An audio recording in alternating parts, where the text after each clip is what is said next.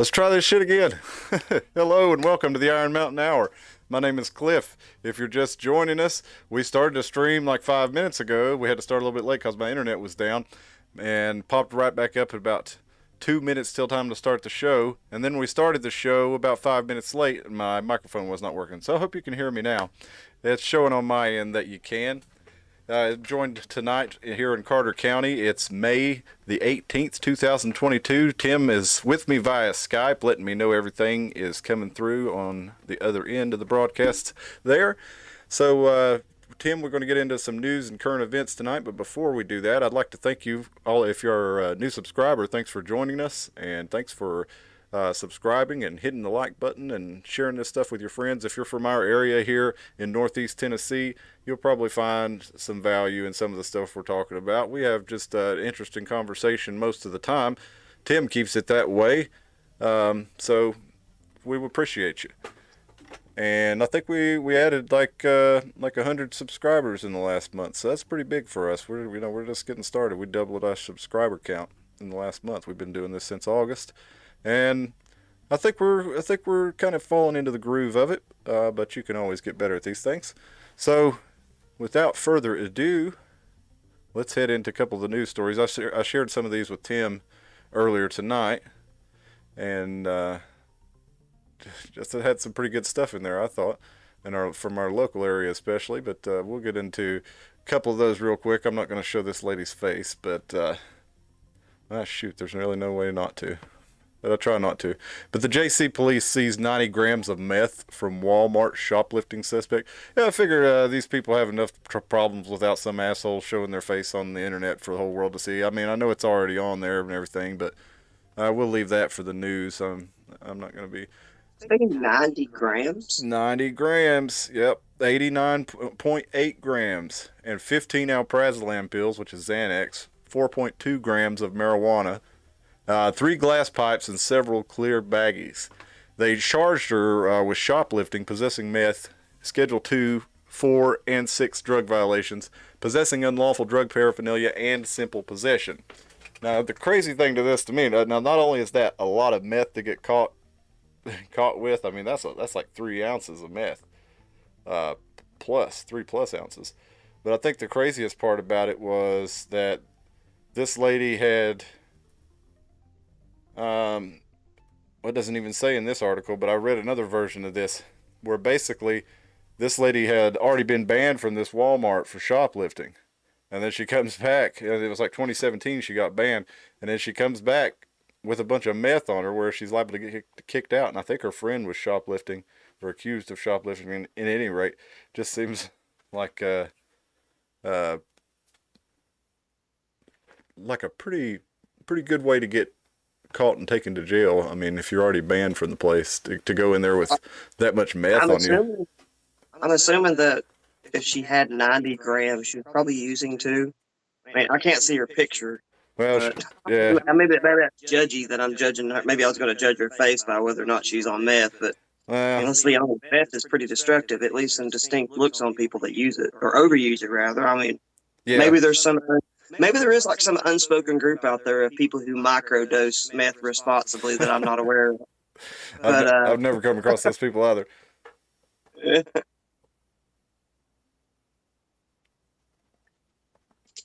Sounds like my thing he says we can hear both of us. All right, sweet. Well, I mean, like with the meth thing, like she was a user, right? Yeah, she was. I mean, based on what she looks like, I'm sorry to judge her, but yeah. And like I said, I don't want to show her face out for everybody, but... Yeah, well, I would just have to...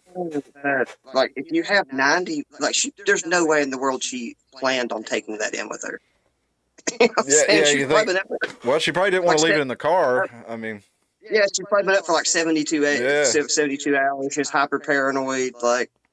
couldn't leave her stash because then she had to sell that to make sure she could live the rest of the night. Plus, she was living off of it. So, you know what I'm saying? Like, probably, yeah. I know that maybe that's... I know it sounds goofy that I'm working to not offend the meth head crowd, but... I just think those people have enough problems without us fucking laughing at them and cutting on too much, you know. I just think that's kind of a crazy situation. Yeah, you get caught with 90... You said 90 grams. I was like, No, he said 90. That's so much. Yeah, it is. Enough that when you said 4 grams of weed, that I was just like, who cares at that point? Yeah, no shit. Well, like you don't really see people. You don't really see people getting arrested for just weed too much. It's usually when they do something else, and I think they don't even with the prevalence of CBD and the cost of actually testing to see if it's marijuana or cannabis, they don't even bother to test unless it's over a half ounce that they suspect is weed. So that's really cut down on the number of arrests for marijuana, which is, they still got a long way to go, but at least they're doing, it's a step in the right direction. It's a lot better than it used to be with people just getting arrested for possession. Although the cops, to be fair to them around here, they would often, if they caught you using some marijuana, back when I was young even, they would probably just make you smash it and tell you to get out of wherever you were at as long as you weren't bothering anybody. That was a pretty common thing when I was, in high school or just out of high school to hear stories of things like that happening. Just individual people getting busted with it. Yeah, but then you got other situations where you get set up like you told us about on way earlier. Yeah. When you run into the blue that's not so cool, Yeah, for sure. Yeah, you think it's a game, and then all of a sudden it gets real serious. Well, here's speaking of marijuana, we got this story from WJHL. Marijuana violations have taken over 10,000 truck drivers off the road this year, adding more supply chain disruptions. Now, with all the problems that we have with the supply chains and all this, I think the more truckers on the road, the better. I mean, obviously, you don't want them impaired while they're driving, but as most people know, smoking one joint of marijuana will make you test positive for marijuana for at least a month. Even if that's the only time you've ever used it, you're going to test positive for a month. I think. I'm sorry. It depends on what the test is, but yeah. I mean, well, a blood test is. Most places urine test because that's the cheapest. You can get a urine test for $1. 30 days urine though. What's that? They can detect. I'm pretty sure with blood, there's certain blood tests they can do to get you up to 45 days on it. Oh, really? But urine's 30. The mouth, man. I'm not trying to encourage anybody to go out there and violate the terms of their drug using if they have an employer do this. But I remember I used to work graveyard with a dude who would just smoke it all the time, and we never would say anything because he was such a good worker. He'd go outside the front, and I remember when they came in there early that morning, he got randomly drug tested, and he just went up there and did it, and he passed. So I don't really, and it's a mouth swab test that I think is a super inaccurate one. So it really is dependent on the test. Then you got the hair test too. Yeah, but those goes back years, don't they? The hair one? Yeah. Yeah, I guess it would. I mean, that'd be pretty dang. You must be looking to spend top dollar to figure out somebody's smoking some reefer if you're going to do hair. For real. I've heard it's to look for harder drugs in your past or whatever, but. That'd be like looking for somebody doing so. Like I could see, I think I heard on a true crime one where they were doing it for a kid's hair to see if the parents have been using around. Yeah. That's actually how I think they found. If you remember, they found those 2 little girls in the trailer where people were making meth or using meth. But either way, they had high levels of meth, and that's what they did. They tested their hair to find that out. Yeah. Well, they're taking truck drivers off the road for smoking weed. And nobody aired on marijuana while they're driving through rush hour, with, however many pounds in their 53-foot trailer. This is nationwide. It just right all together. There's no telling you where it's happening the most. No, it's let's see if we can let's read. Let's just read a little bit of it here. You want to? Like there a company that's testing them, or is there some kind of truckers union? I think there is I think there's federal regulations or something like that, because I remember they have to log their hours and log how much they've driven. They have to rest so much, and I don't know what all those are under. But let's read this a little bit and see if we can answer some of our questions here. We got, as more states legalize recreational marijuana, 4 of which did so in the past year, 3 more are expected to by the year end of 2022. More truck drivers have tested positive for the substance. As of April 1st, 2022, 10,276 commercial vehicle drivers have tested positive for marijuana use. By the same time in 2021, there had been 7,750 violations. So that's a 32.6% increase. So that's nationwide, and even I'm not seeing where on here who is testing them, but I'm pretty sure that they have some kind of compliance to. I don't know whether it be the company that they work for, or I guess independent truckers would have to test for it too. I just imagine it's probably a federal regulation here. Yeah, here we go. Under regulations set forth by DOT, truck drivers are tested for drug use, including marijuana, prior to starting a new job. They can also be tested at random as well as after accidents. In January 2020, DOT's Federal Motor Carrier Safety Administration also upped the random drug testing rate from 25% of the number, or 25% of the average number of driver positions to 50%. Truck drivers are mainly screened for drug use via urinalysis, but now are also saliva tests are being proposed as well. So if you just fail one drug test, you can still be fired under DOT regulations. At best, they're temporarily taken off the road and required to complete an evaluation with a substance misuse professional who determines their rehabilitation process, which can sometimes take months. So basically, your employer is required to list you and put you in a searchable database that keeps you there for 5 years if you're a truck driver and you fail a drug test. But then in some states, drugs are legal, marijuana is legal. So if a truck driver is passing through, Colorado, say, or Virginia even, right next door to us, and he smokes some weed, is he then going to, if he's on his own time on the weekend, like this truck driver, he can go and get drunk on the weekend, right?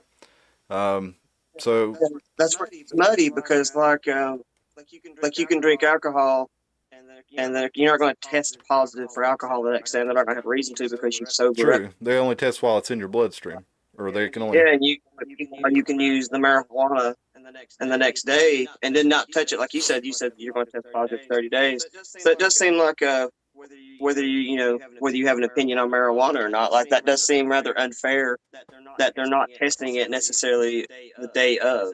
Is it a suspicion? So that's what I want to know, is like the nuance of it, of whether or not they're testing based on suspicion. Like, does any of this include people who were under the influence at the time? Well, it says random test, and also if there's an accident. So that's probably the only time they really think to test you. Well, I mean, that's a. I know some people will use that a lot. Bro, I drive so much better when I'm high. It's like, well, that might be true, but I don't want you driving a big rig under the anything, even if it's Adderall. Yeah, for real. But here's the kind of. So if they get pulled over, then they're under the influence of it, the officer's probably going to be able to tell, right? So they would probably, presumably get a DUI somewhere in there if they were on the road, while they're high. But where are the DUIs here? I don't see anything in this story about that. So I wonder how many trucking driving while intoxicated or driving under the influence of marijuana charges there are. And it doesn't mention that in the article, but I think I believe if there were 10,000, we'd probably be seeing it in the news. I doubt that's happening at all. So either, like you said, they can either drive better while they're high, or they're not really getting intoxicated while they're driving the big rigs, which is pretty more likely to me. I don't know anybody. I mean, people that I know who drive big rigs are they're very cognizant of the rules, and they're very careful about it because that's a good source of income, and they're not trying to jeopardize that. So, our vast majority of truck drivers. Of course, I don't deal with like the nation ones. It's like what you call it, just warehouse to store, sort of regional or whatever. And all the guys across the board were very buttoned up. They had a little notebook that they had their login like they were a pilot, and they knew that if they effed something up, that they were going to lose a good living. So they didn't really mess with it. You'd run into a clown every now and then, but very rarely. And I don't know if that sort of put togetherness sort of translates over into the stereotyped ones that you see in Hollywood, where it's candy cane. But I imagine that level does exist, and maybe that's floating around in it. Can you imagine what it would be like if you had like a really goofy sort of not so put together truck driver who maybe lives in Alabama and he decides he's going to go out to Colorado or on a run or something and just decides, well, fuck it, just decides to smoke weed while he's out there, and like Yeah. doesn't even think about whoever his overseers are that are going to drug test him later. I'm just wondering how many of those idiots that just don't care, they're willing to take the risk too. Yeah. Well, I mean, I guess that's pretty much what it is. Because I mean, when it comes right down to it, you got a chance of getting drug tested in that job, especially. So I guess they've just decided it's worth the risk, and like it said, you do get, in the best case scenario, an opportunity to go to counseling or whatever and show that you're not actually a drug addict. Or that you're not getting intoxicated while you're driving your big rig. I mean, you'd have to be pretty serious about smoking weed to, decide that you're going to do it while you're driving your truck. I think most people take their way of providing their livelihood more seriously than that. And I know a lot of truckers, and I know a lot of truckers that like to drink too. Actually, a lot of the truckers that I know are binge drinkers. They come in and drink the whole time that they can on the weekend when they're not on the road. I've known a number of people to do that. So, even as bad as they may want to drink, they don't do it through the week at all. Like a night that they have to work. I guess like to see the numbers broke down on what exactly happened to have that many truckers get in trouble, and how much of it actually is random drug testing that may have not been forced at one point. Maybe they weren't testing a lot of truckers or something. Maybe it was like a May Bonta sort of situation where they've not been testing. That's not even appropriate. I don't have. Well, it said they upped. It said they've not been testing them for a long time, so now all of a sudden they start testing them. They're like, "Oh crap, they're testing us now," and you don't have 30 days to suddenly clear out when they start testing people. Well, it said they started. It said they upped the whatever it was from 25. Let me read it again here for a second. It was the number of tests that they took. Let's see if I can find it in the article here.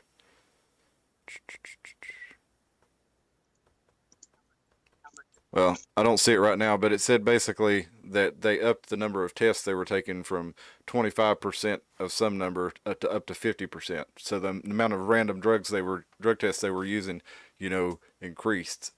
So that would possibly explain for some of the, there may just be guys regularly smoking and driving, or smoking on the weekend and driving, and then occasionally one of them gets caught with a random. But yeah. All right, let's go on to another one here. This is a local one. We're talking about the mural here in Johnson City that they're painting in the underpass, or going underneath the interstate there, Interstate 26, in the middle of Johnson City. And it is a nice looking mural. I mean, but I think. Did you see all the pictures there? What's that? If you go over on the website there, you can scroll the pictures and see the parts of it. There's the bird. Let's see if we can pull this up full screen. But it's pretty nice looking. But I got to give a shout out to my friend Joe, who said, only in Johnson City, they've stopped traffic in the busiest part of town to paint a mural, and they don't fix the holes in the street. So that is a very Johnson City thing to do. But it is nice looking. Let's see. In Nashville, we got this story. The Supreme Court has ruled that Republican Governor Bill Lee's school voucher program does not violate the state's constitution. The Supreme Court ruled. It's a school voucher.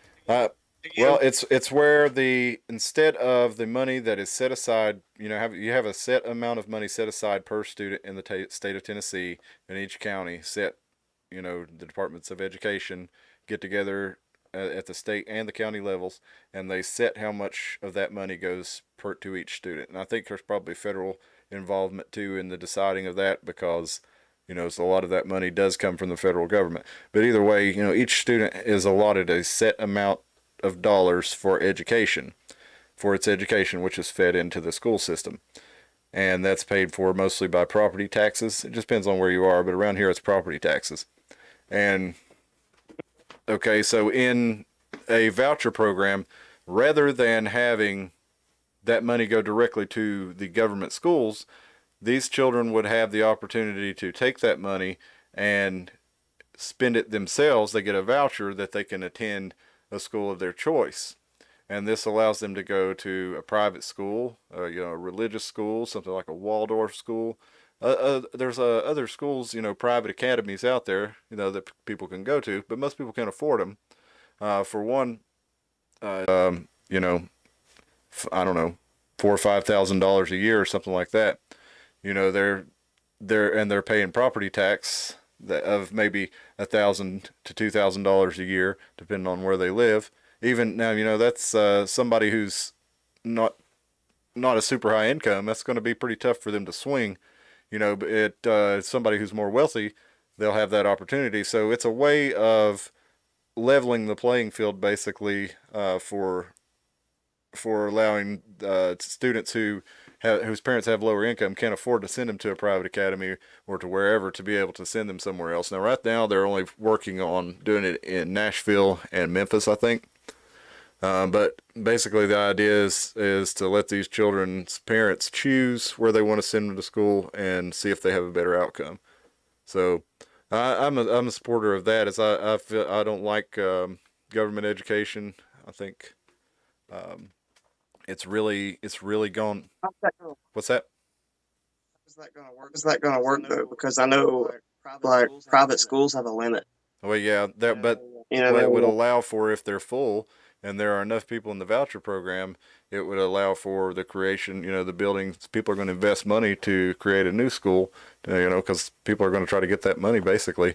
It allows, it's a market-based school system in theory, eventually, but I guess eventually would be my word, because like my issue would be like I like you went to county, you went both, right? I went to county and then went to city in high school, yeah. Yeah. And I knew several people that did that, and I knew that they said that when they went to county and then went to city, some didn't move. What happened was they just, paid the Yeah. tuition, aka the property or the taxes or whatever that we don't pay as a county person to get into Yeah. schools, right? And they pay that and they go, but it turns out like you can't just do that up until a limit. Like they can actually say no at a certain point. Like if too many people are doing it, so I'm just like, if all these private schools get maxed out, and I guess your religious schools too get maxed out, it's going to come down to where they're going to start picking the same way colleges used to pick too, where they're going to start being picky about what students. I'm sure some stuff will get involved.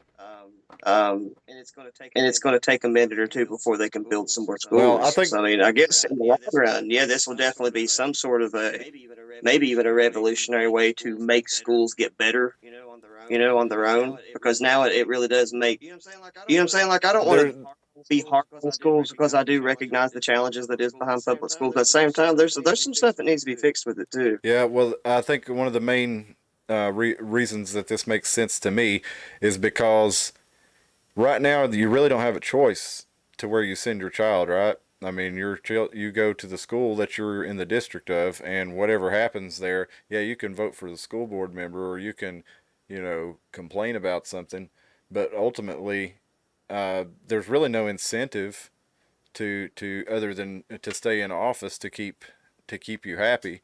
So if it's just one thing, what are you going to do? You're going to move your child to, instead, if you don't like say Happy Valley, you're going to move them to Hunter. It's still the same. You're still basically in the same system as far as the county goes. Each school's going to be a little bit different, but they're still going to be teaching the same things. And I mean, I recognize and I appreciate what our teachers did. I think they did a good job, but I feel like at the same time, a lot of people will complain like, well, my school never taught me how to do this. My school never taught me how to do that. The county and the government education has not done a good job of recognizing that children learn differently and that children excel at different things. And instead of pushing children to do the things that they have a talent for, and to to help them to grow the things that they don't have a talent for, or whatever, it's kind of just a straight across the board. One size fits all education. The teachers are allowed to do a little bit, but they really don't have a lot of time with 25 to 30 students in a class, and only an hour per class to teach them in. So I think they're pretty limited by the standardization for one, because I think innovation is where human beings excel. If you give people the freedom to come up with new ideas instead of following a strict set of policies. Yeah, you can have standards, and yeah, you can have something, set ideas for what we want to have. But I think ultimately, what makes families happy and what makes students excel and be able to go into whatever their chosen field is when they're grown. I think that's what we want to strive for, rather than the system that we have now, where we just kind of treat everybody the same up until you're in about high school, and then you do start to get some changes. They have implemented some good things where you can have work programs and apprenticeships, and they've done a lot of good in that area as far as high school, and allowing people to not go. They did push a lot of people towards college, but they give you other options, and I think they've done well with that. I don't know. I think it's a twisty subject too, because one way you say that they need to, I guess, improve, and improving requires more funding.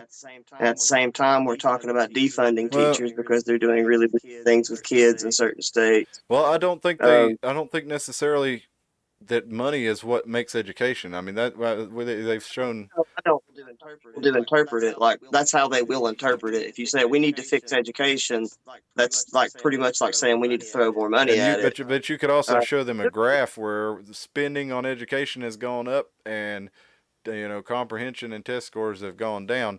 It's quite clear that it doesn't money doesn't equal education dollars, and that's pretty easy to show somebody. But the idea is there's so much money in it already. Why are we these same teachers that are working at government schools? It's like how much do we pay for administration? How much are our state and county Department of Education jobs costing? Instead of that money going straight to students and teachers and schools. How many salaries are we paying in the state of Tennessee, do you think, for people who aren't actually directly involved in the education of the children, and who are just sitting in some office making policy? I mean, I don't know that number, but beg your pardon.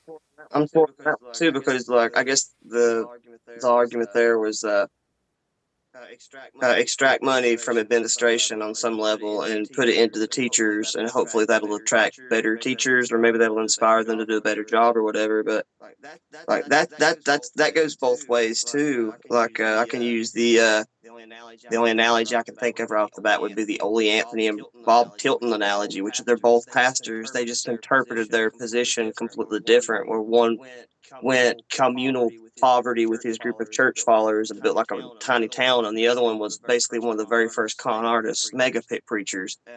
And I don't know. I don't think that may be completely out of my ability to rationalize how to fix, because like yes, you need to pay people appropriately, but on some level, once you raise the pay to a certain level, you start attracting really bad people. You know, it's bad. I don't know if that Yeah, makes I, sense or I not. see You what know, you like, mean. I don't know that teaching would ever become. I mean, strictly because the amount of teachers are out there, I don't think that. Um, you don't think that money would cause crooked people? 'Cause, dude, the amount of people I heard say, "I want to be a teacher because I only have to work half the year, so and I want to be a coach, so I don't ever have to yeah, do anything." And the amount of like women that go into teaching that you kind of look in their eyes and they just really want to tell little boys what to do.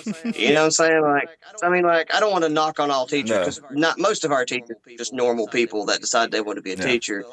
But like, same way with like, we at one point in time, I thought it was above pastors to do anything wrong. And when I grew up, I turned out there was like they were like touching kids and stuff. And so I mean, like, I think every profession on some level attracts every profession that draws respect. I guess that's yeah. what I mean. Like, because that respect matters so much to people that it'll attract people that they want that respect more than they want to be a good person to gain that respect, you know. Well, we talked on the show on the earlier episodes about it attracting, how these people who want to mess with kids are going to those jobs because that's where the kids are. Just like some of them are going to work at Disney because that's where the kids are.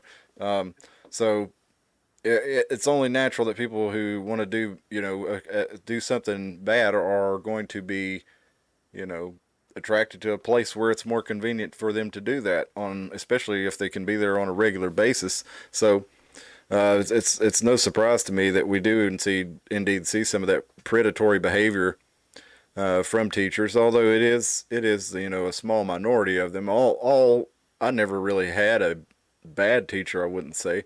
Had some who weren't that good, but I don't think I ever had a bad teacher, or just a overly mean teacher or anything. What's your definition of bad? And I'll tell you if I had a bad Well, I one. mean, some I think I learned from most of them at least, or they, you know, I don't know. What do you think? You tell me if you had a bad one. Don't go on my Um, definition of bad. Use yours. okay, I don't want to say I had a bad teacher, but I will say I had a teacher. If anybody is from who went to Unica and briefly at Elizabethton, will know what I'm talking about. It was basically like God said, Mike Judge has created Peggy Hill, and it makes me laugh so much. She shall be real, you know. And everybody's like, "Yeah, that's she was Peggy Hill." I don't know if you ever had I her or don't know. not, but I Yeah, don't you want have to to say. tell me after the show. I'll tell you, dude. She has all the checklists, well, except for the husband doesn't sell propane. Okay. But yeah, it's uncanny how much like Peggy Hill she was. But I mean, even then, like I wouldn't say bad teacher. I would say overly lackadaisical, didn't care about her job. Like wasn't really mean, wasn't abusive to students, but you sure as heck wasn't going to learn the subject Yeah. from No, her. I have had them that are non-enthusiastic, and you didn't really learn much from. But eh. As long as I didn't walk in and have like that. I had one teacher, and I'm wanting to say it was. I don't want to say her name either. I think it was like first or second grade, and I just really didn't like it. She was never mean to me, but she was so like she really had like a wicked witch feel to her. And it was just every morning going in was so stressful. Just who's she going to scream at today? You know what I'm saying? Like that. Back and it was like first grade. It was like she screamed at someone every day for something, and just knowing she was going to Yeah. scream. So, but at the same time, I probably learned. So I'm not saying I don't know if that's bad either. But that sure was a stressful year. I wondered if your teacher was going to lose her shit or not. Oh man. Well, let's look here. We got the first monkeypox case in the U.S. reported this year in Massachusetts, and monkeypox. Yeah, and it says this one person. That's what I was getting at. Is the way I saw this, being thrown around. People were like, "Oh, Bill Gates made a vaccine for monkeypox in 2017," and like now we got monkeypox. But I just was curious. I was like, okay, well, listen, I don't like Bill Gates as much as the next guy. I mean, you know how I feel about Bill Gates, but he's into vaccine stuff. So monkeypox is one of the things I think that he and Fauci maybe were both involved in. But I got to looking, and there's been monkeypox. Like, it's something that It sounds like it something just pops up. like I Avatar. mean, if you just Andrew. search monkeypox, I mean, and look at news, like I'll do it right quick. Monkeypox news. Sounds fake. Well, it does, doesn't it? You got I'm calling in sick from work. What's wrong? I got a bad case of the monkeypox. But Like it didn't sound yeah, real. but you got It sounds like I said, it sounds like the last Airbender sort of stuff. here's 2017 or November 17th, 2021, monkeypox confirmed July 15th. Here's uh, about every year there's a monkeypox here or there, and then it goes Is it goes deadly? by the by. I know I Well, saw, but I didn't see what. let's find out about that. And then in 2020 in the Congo, They had 4,600 cases. Rare monkeypox outbreak. Oh, this is a one from today. 36 cases across the 3 countries, including 8 in England and 20 in Portugal. A case in the U.S. is all been. So, how's 20 plus 8 plus 1 36? Anyway, these fucking people. Maybe show me what is that what it looks like? Oh yeah, let me show you here. If you. Well, that don't look good. No, that looks like some pretty nasty boils, man. As That looks symptoms of the virus shown on a patient's hand from a 2003 case in the United States. So back in 2003, it's around. So guys, it's let's not. I mean, well, y'all do whatever you want, but I don't think this is Bill Gates trying to profit from his monkeypox vaccine any more than he already was, just by making the monkeypox vaccine. So could maybe you know what I would do if I was an evil genius who invested in tons of vaccines? I would just invest in fake news to spread the monkeypox instead of just giving it to people. I don't know. I mean, to be honest with you, I'd never heard of monkeypox until you started saying it. So maybe this is some sort of Mandela thing where I've slipped into the monkeypox verse because that sounds fake. Typically, people catch it from animals in West Africa or Central Africa and take it to other countries from there. Person-to-person transmission, though, is not very common because it requires close contact with body fluids such as saliva from coughing or pus from the lesions. So I'd say, imagine if you have those lesions, people are probably going to stay pretty far away from you. So it probably doesn't spread too easily that way. But it. You might stay away from people's monkeypox lesions. What's that? I said, yeah, I'd stay away from people's monkeypox lesions. Probably a good idea. In England, though, 7 of the 8 cases, though, didn't involve recent travel to Africa, suggesting the patients involved in those cases caught the virus in England. And they hadn't reported contact with one patient known to have traveled to Nigeria. So it's spreading in the community undetected there in England, but it says presumably this is cryptic spread from an imported case, said virologist Angie Rasmussen of the Disease and Vaccine Infectious Disease Organization. In addition, the virus could be spreading a new route, sexual contact. What's even more bizarre is finding cases that appear to have acquired the infection via sexual contact. Why is that bizarre if you just said it's exchanged via saliva? Saliva is involved in sexual contact oftentimes. Let's see. What is this novel route of transmission will have implications for outbreak response and control. We are particularly urging men who are gay and bisexual to be aware of unusual rashes or lesions. So only the gays and bisexuals? So, I mean, I guess don't watch out for those ladies' legions. Anyway, it's how threatening is it compared to other viruses? It doesn't come from monkeys, it says. It should probably be called rodent poxes. Usually. Where did it originally come from? If it should be called rodent pox. It's from West Africa, but it actually doesn't come from monkeys. Primarily, you get it from an animal scratch or bite or contact with animal's body fluid. So I guess if the rat pees on you or something, even if it doesn't bite you, if it pees on your food or something like that, you could get monkeypox. I just wonder what kind of rodent that they're playing with over there. Hard telling. That would give them that. Hard telling.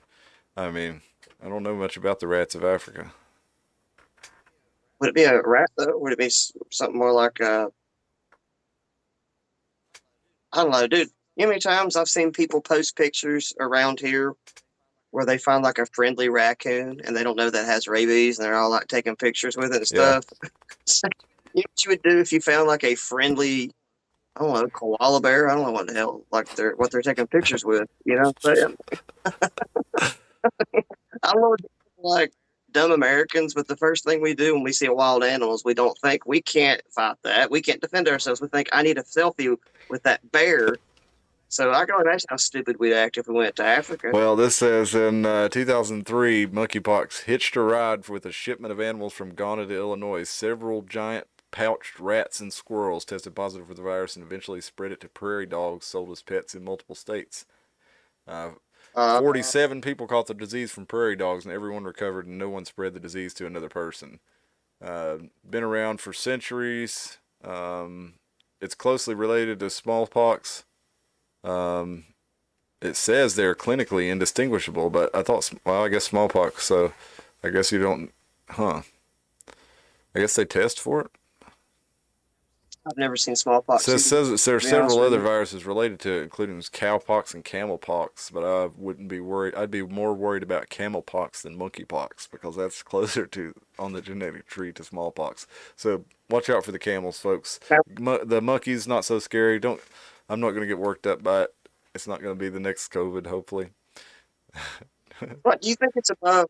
Well, it probably is, but like, is it above our ability to talk about this? Like people say, like, what would happen if we got rid of vaccines? But like, that really is what would happen if you got rid of vaccines. Is like, it's polio, right? Like, is it a catch-22? Like, you're gonna have these things, but at the same time, like, it's like, you know what I'm saying? Like polio, like that's a pretty distinctive sort of thing. Like, it's monkey. I guess like you're saying they made a monkeypox Yeah. vaccine, right? And then it's smallpox, right?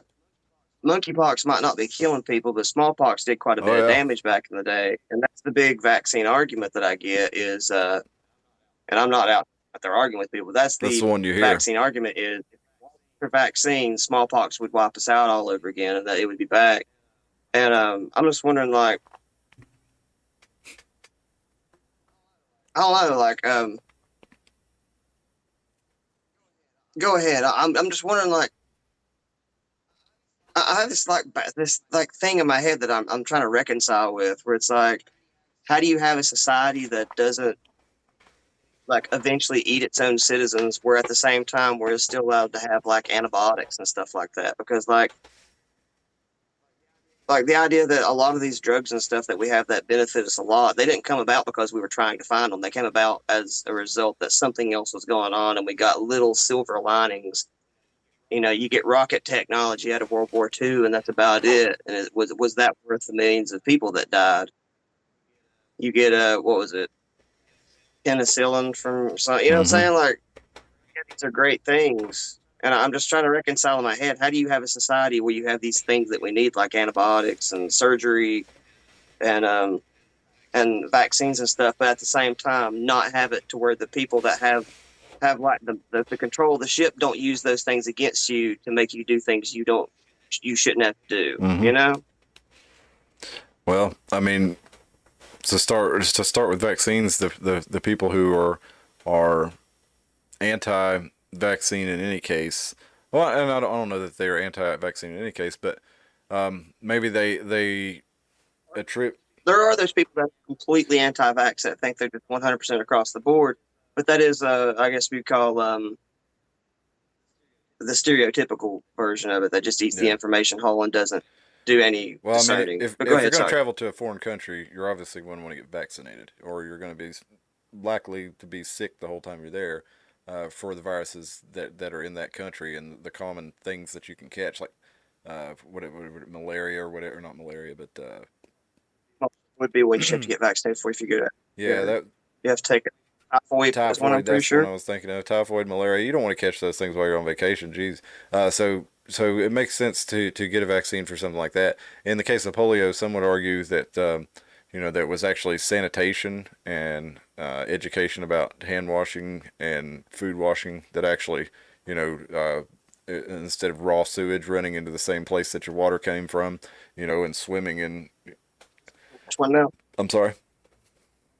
For which for one for was all this? polio that Polio. yes because there's a lot of evidence that the or actually there's not a lot of evidence it's been conclusively shown that the only cases of polio were in Africa there where they're having these outbreaks with polio were from people getting Bill Gates polio vaccine.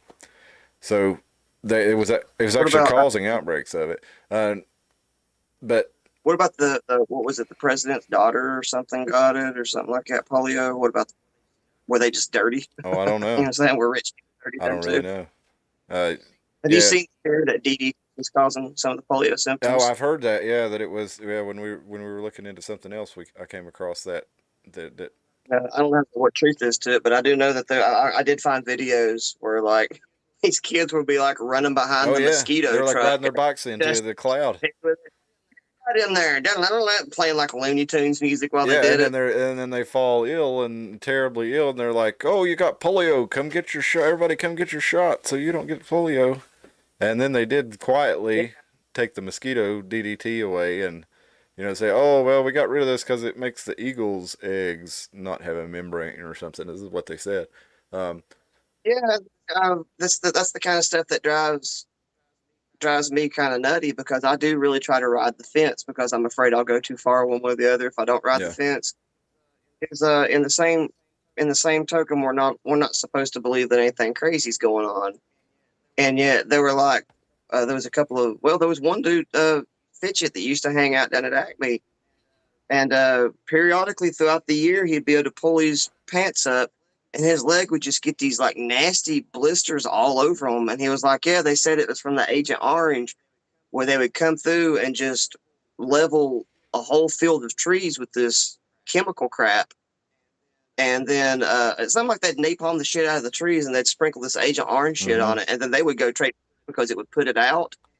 And then they said, but the chemical that was in the Agent Orange would get in the bloodstream and it just never went away. And like every year, a couple of times a year, he'd just get these nasty STD looking sores on his legs and stuff. And it's like, well, they did that to our own soldiers. So on the same time, I had to be Yeah, paranoid. You know? they did So the they did a fencing lot of terrible things to sore. our soldiers, especially. I What was that? said, yeah, they did a lot of terrible things to their soldiers. A lot of the worst things they did were experiments on soldiers, like having them, just like you mentioned before, stand and watch the nuclear blasts, stand all around it and watch it to see what would happen and how far away you had to stop to not get obliterated. I think that's that where the because like I found a lot of that video when I was looking at my one of my favorite ones, and that nuclear bombs aren't real. It's just not something I really believe. But when you look at some of the footage, it does make it look kind of weird that maybe they made some of that footage up because it would be cheaper to do it in Hollywood than it would be to keep Yeah, blowing the shit maybe. up. You know, the one that was the one that you can look at that you're like, well, this just isn't right, isn't fake. It's just like, why would they do that to people? It would show, like this giant nuke explode and blow up, and the training video was they would as soon as the fire extinguisher as soon as the fire would go away, all the men would just rush in because the idea was like, yeah, we'll hit them Yeah, while they're yeah. down. Was like the terminology is like the town and then send our people in to finish them off while they're burning. Why would you need to do that? Number If the nuke one, works like it's supposed to, you shouldn't have to research on finish this them off. atom smashing bomb. You think there's going to be some residual side effects coming out of that besides Yeah. fire? But yeah, that really messed those guys up. And like a couple episodes, well, about 20 episodes ago, we talked about where they killed John Wayne with the nuclear site where they were filming on the testing grounds, and they just didn't tell Hollywood that would kill their entire crew. Yeah. Yeah, and we. They had to have known, Oh yeah. or maybe I, we're stupid. We don't know, but well, somebody had to have known. Oh, I think they would know. Let John Wayne get taken out. I don't know. Was it John revenge? Wayne's I'm doing a Chinese. he's a pretty beloved person. Who knows? Let's see what I got. A couple other things here. These are about Twitter. Um, wait, that's not the right one. Twitter. Yep. So we got a couple things where the Twitter was caught undercover by Oh yeah. Okay. yeah, by, let me find this right quick. Here it is. By Veritas. James O'Keefe's Project Veritas. I'm gonna play this video here. This is from Twitter. Tim Pool posted this, or posted the video. Veritas posted it, but then they got removed from Twitter. But I guess Tim downloaded it and reposted the video. But yeah, right after posting this and another video, and this one has 10.9 million views, I'm pretty sure Veritas has had like 16 million views. So people are seeing it. Let's watch it together here.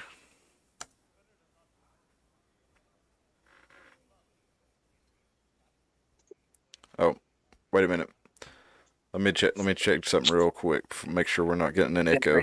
Check your stream. See if you got an echo on that.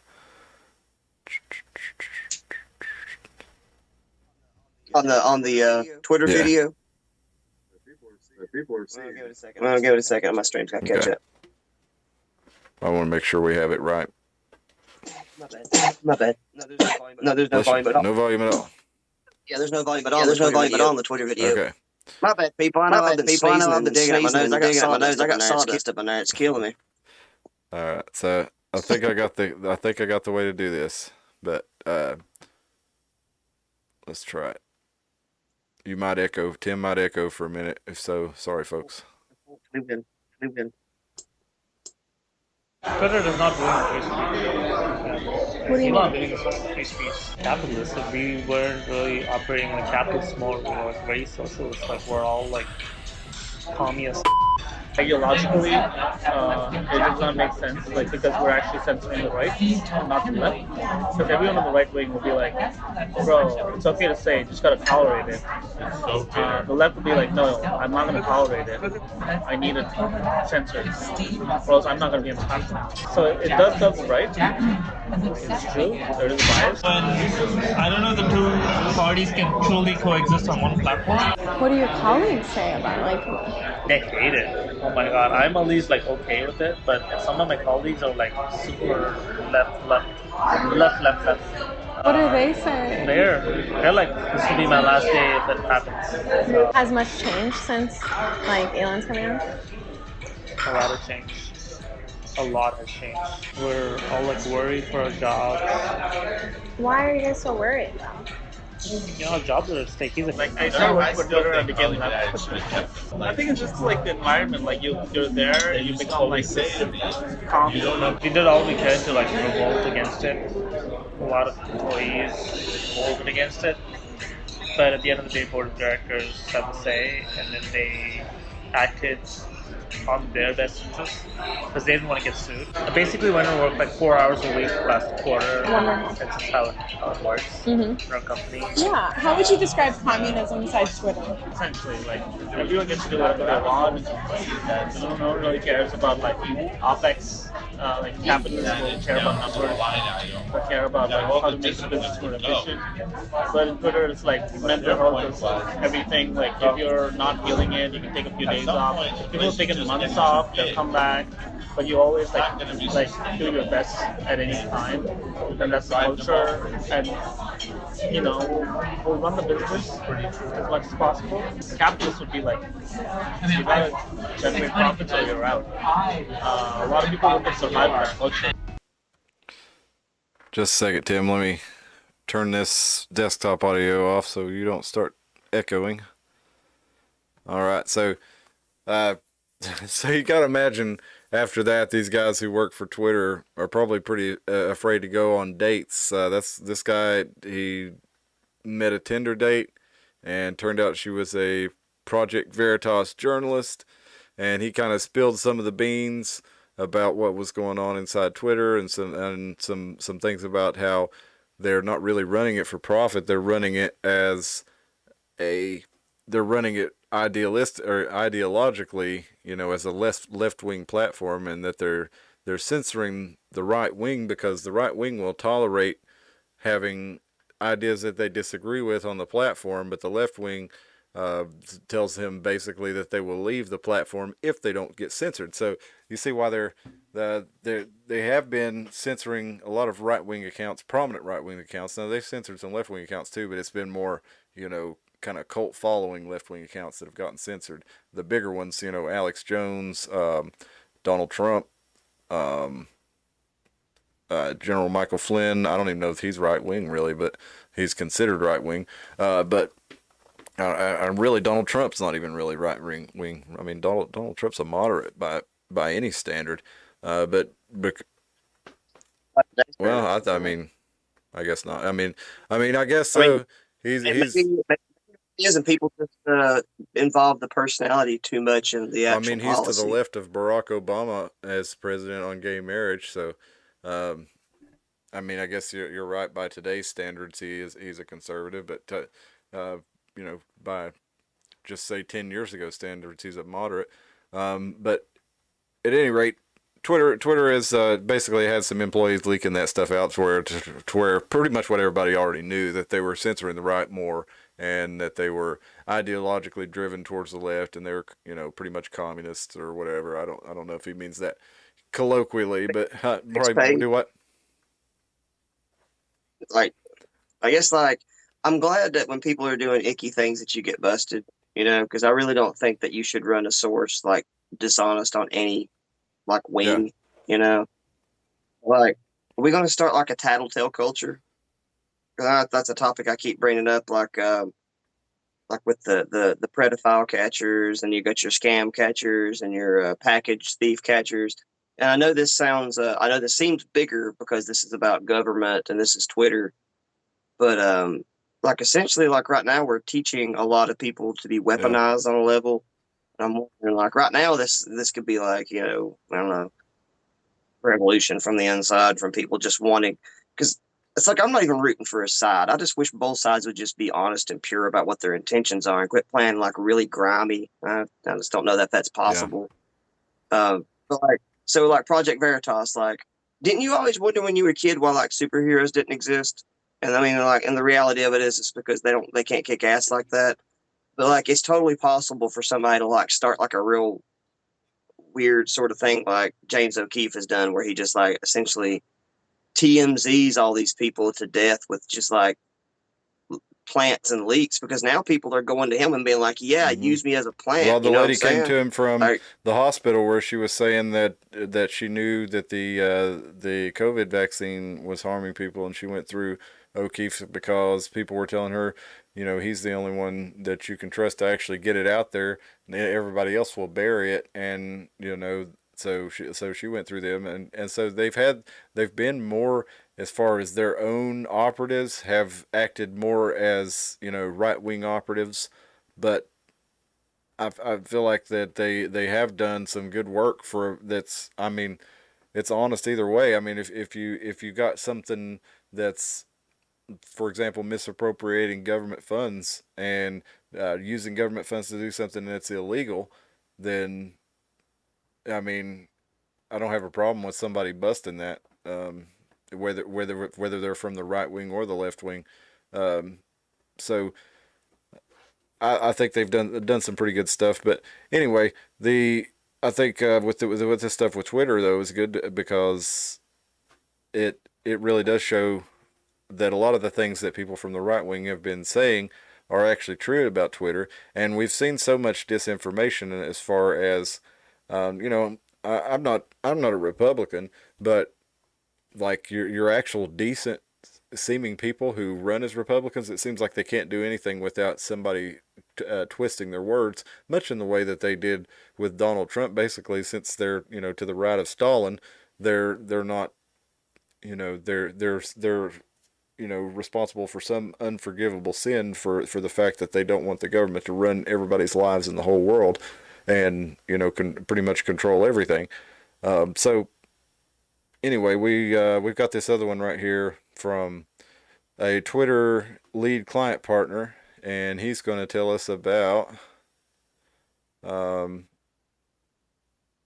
employees basically prioritize their ideology over making a profit, and that that's their main goal. And then I want to show you something funny at the end here, where he actually gets he gets the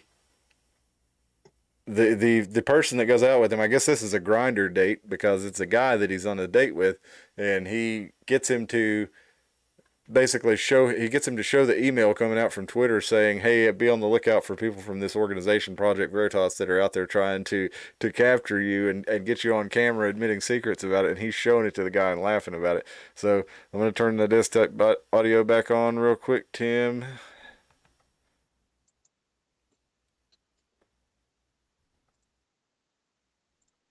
And we will watch this video together right quick.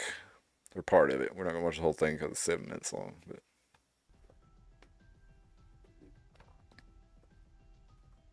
But what it really comes down to is, does Twitter care more about profit or ideology?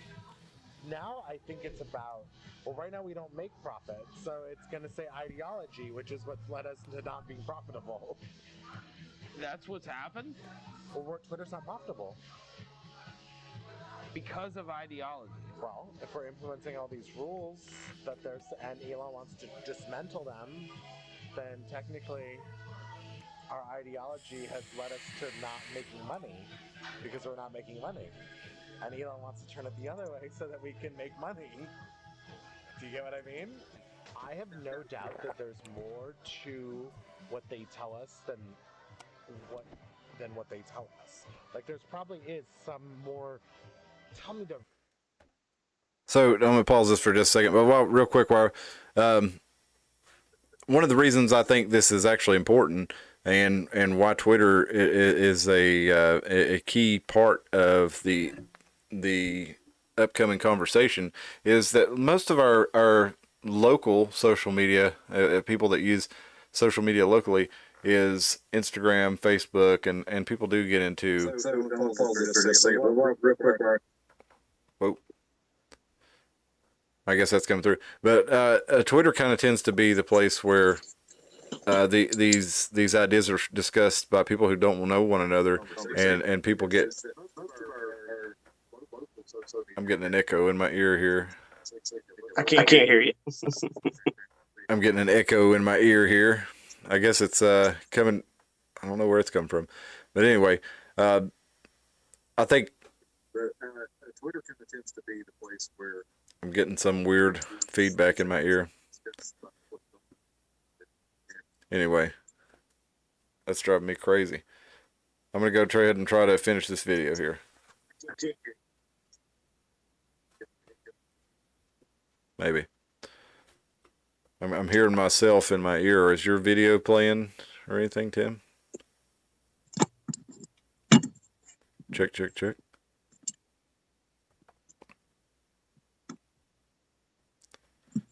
Is your video playing, Tim? Well, I've lost Tim, and instead of hearing Tim, I'm hearing a replay of my own voice. So I'm going to go ahead and finish this out here. And I can't hear you on my phone.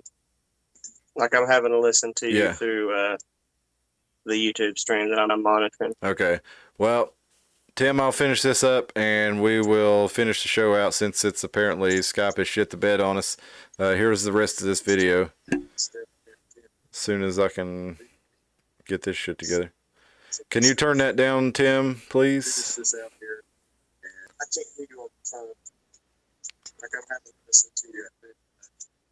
Thank you, sir.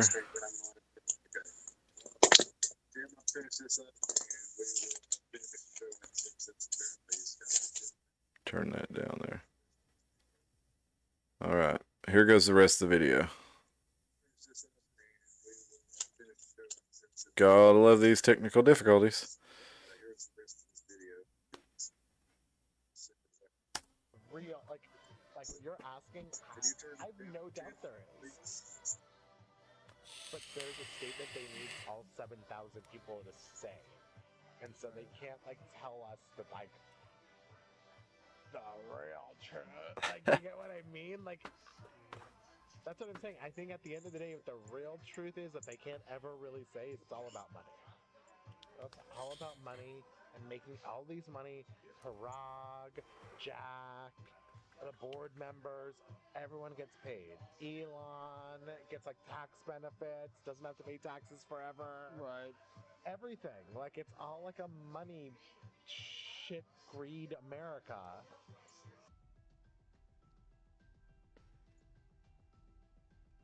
Elon Musk as a person is whatever. I don't think he's a Looney Tune. He has Asperger's.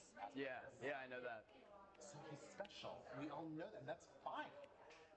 So you know he's gonna say some crazy because he's special. Because again, don't you also see his tweets about why can't we just all love each other? Haven't you seen his other tweets where he's like, I'm like, you're special needs. You're literally special needs. Literally, though, you really are. So I can't even take what you're saying seriously. Because you're special. So.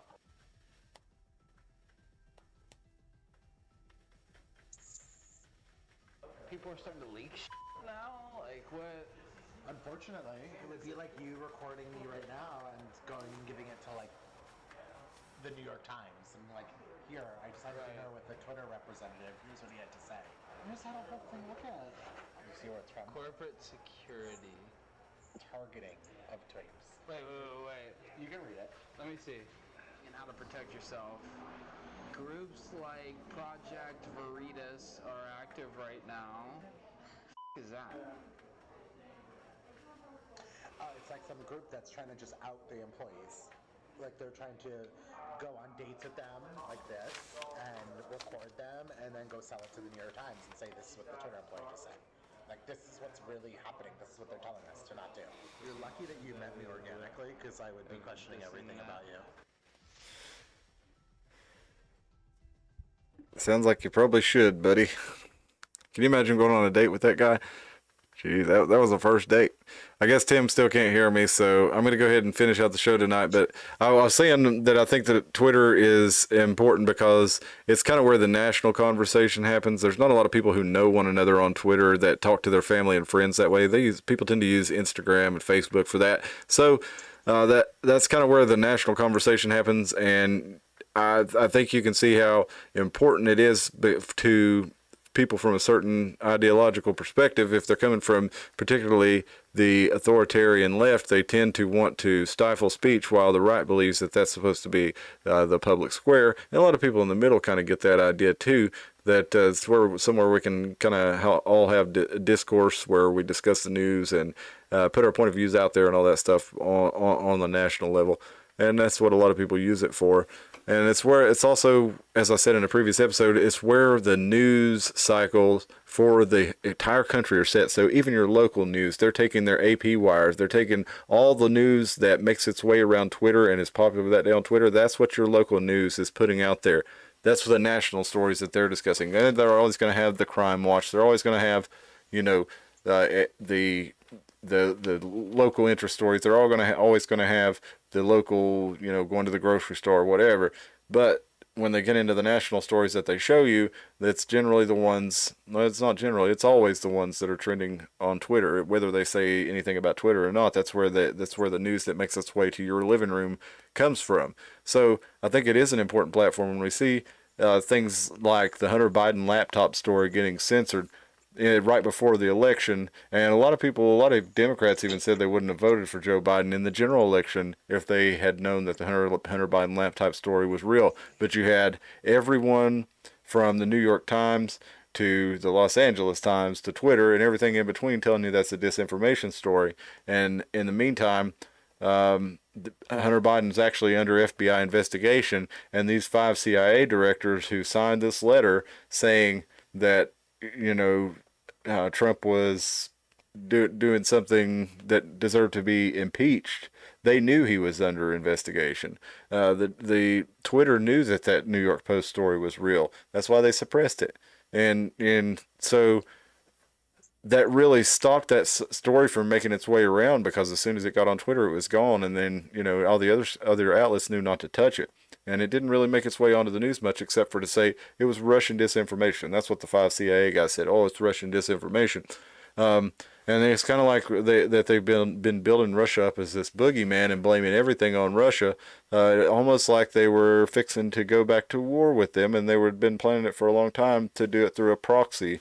And that, I don't know, maybe who knows, maybe Trump got some sort of wind of that, and he got a little too close for it, and that's why he had to be impeached. And who knows what really goes on, because they lie about so much. But I think there's always more than meets the eye, and I think that's this story included. And I think we'll watch it closely to see what happens with Elon Musk purchasing Twitter, if he still does, because he has now said that he wants to see the proof that they are not more than 5% bot accounts, because it looks like Joe Biden has about 40% bot accounts, and that some people like Barack Obama, people have claimed that they actually have like 90% bot accounts. So a lot of this discourse is being artificially driven by numbers and that are really fraudulent if you think about the fact that advertisers and investors are basing the amount of money that they're going to spend on these numbers. And especially with if somebody's going to buy the platform like Elon Musk bought it for, is offered to buy it for over the stock value of it. And then if you find out that most of the users are not real and that Twitter knows that, that's definitely going to affect the share price. And we'll see what happens with that. I think it's going to be important to the national conversation going up. And as I said earlier, that's really what drives your local view of the national conversation. So it really will have a big effect on things, whether you see it directly and realize that that's what's causing it or not. But let's keep watching it and we'll see what happens. I appreciate you joining us this Sunday. We're going to be talking about Oak Ridge, the secret city in Tennessee. We'll see you then, 10 o'clock.